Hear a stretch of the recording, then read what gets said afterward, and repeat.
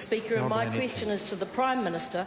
On what date did Cabinet decide to support the Declaration on the Rights of Indigenous Peoples, and what did Cabinet believe the impact of such a decision would be?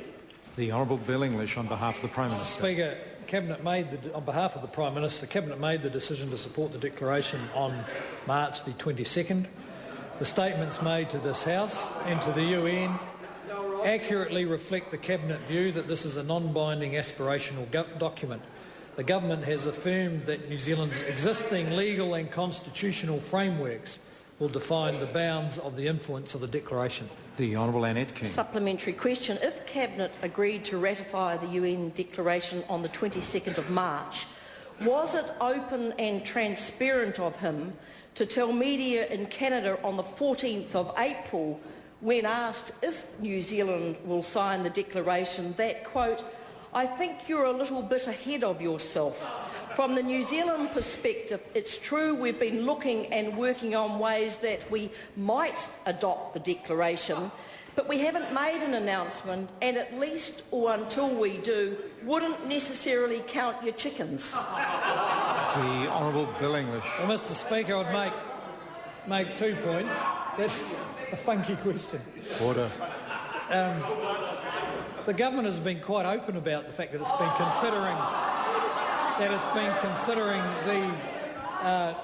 considering affirming the Declaration. In fact, the Prime Minister talking about it since April 2009, and the Prime Minister correctly said no announcement had been made. The Honourable Annette Question, King. Mr Speaker. If the Declaration, which New Zealand has now ratified, is symbolic and will not result in a lot of change, as he has claimed, is Sir Eddie Jury, former Waitangi Tribunal Chairman and High Court Judge, and a man considered a high-powered legal expert, wrong when he stated yesterday it was important implications for the Office of Treaty Settlements, the Crown Forest Rental Trust and the Waitangi Tribunal, and that important statements of principles established through international negotiations filter into law in time? The Honourable Bill English. Well, Mr Speaker, Eddie Jury is known for the vein of his opinions on these matters, and I don't... well, the general direction of his opinions always pretty predictable. What he said today on the radio was, quote, "It is not legally binding, it is not going to tie us up." And he is absolutely correct about that. Mr. Speaker. Chris Tremaine. Mr. Speaker, the Prime Minister. Has the Prime Minister seen any contradictory reports on the Declaration? The Honourable Bill English. Well, Mr Speaker, yes I have. The Honourable Phil Goff has said this is a declaration that says you have to restore all land that was once owned by Indigenous people. The Honourable Trevor Mallard said the same day there is nothing in it at all for Maori. But of course what really matters is what the Honourable David Cunliffe thinks, and we haven't heard from him yet. The Honourable Annette King. Supplementary question, Mr Speaker. If the ratification of the Declaration is aspirational and symbolic, as he's repeatedly stated, why 2 days later has the first claim to the UN under Article 32 of the Declaration been lodged by the Hapu from the Ngāpuhi tribe, seeking the return of 2,490 acres of land known as the treaty grounds at the Bay of Islands?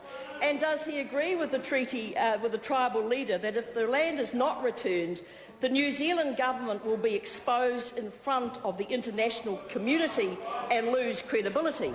The Honourable Bill English.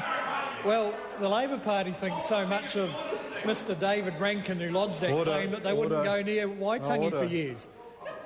A member asked a question and the answer has got nothing to do with the Labor Party. The Minister should answer the question before he makes any comment about the Labor Party, if at all. Well, Mr Speaker, Point of order, the Honourable Trevor Mallard. Mr Speaker, I'd just like to draw your attention. I know you were looking in the direction of the government as you were speaking to them, but as you were directing the Deputy Prime Minister and said this has nothing to do with the Labor Party, he said, yes it does. If we did that, we'd be out of here. I apologise to the member that I didn't particularly note that, but I would remind members when I'm ruling on it, when I'm on my feet, members will not comment, interject or say anything. The Honourable Bill English.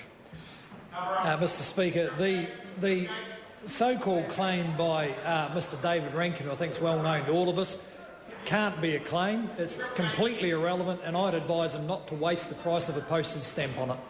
The Honourable Annette King. Mr Speaker, does he concur with the Attorney-General who said today that Māori who make claims about the impact of the ratification of the Declaration are fantasists and bush lawyers? And is Sir Eddie Jury, a former High Court judge, Tūhoe leader Tamati Kruger and former Māori Language Commissioner Hami Piripi counted in this group?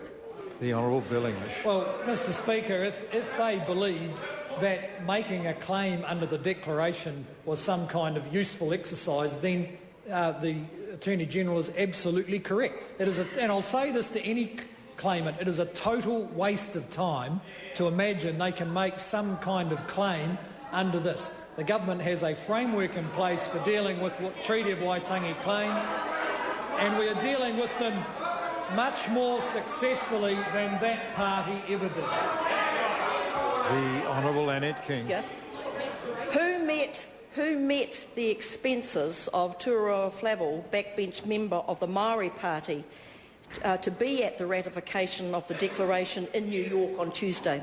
The Honourable Bill English. Well, Mr Speaker, the member is quite entitled to ask detailed questions about those expenses. As I understand it, those expenses were met by the Māori Party. Question number 2, Pesata Sam Lotuinga. Thank you, Mr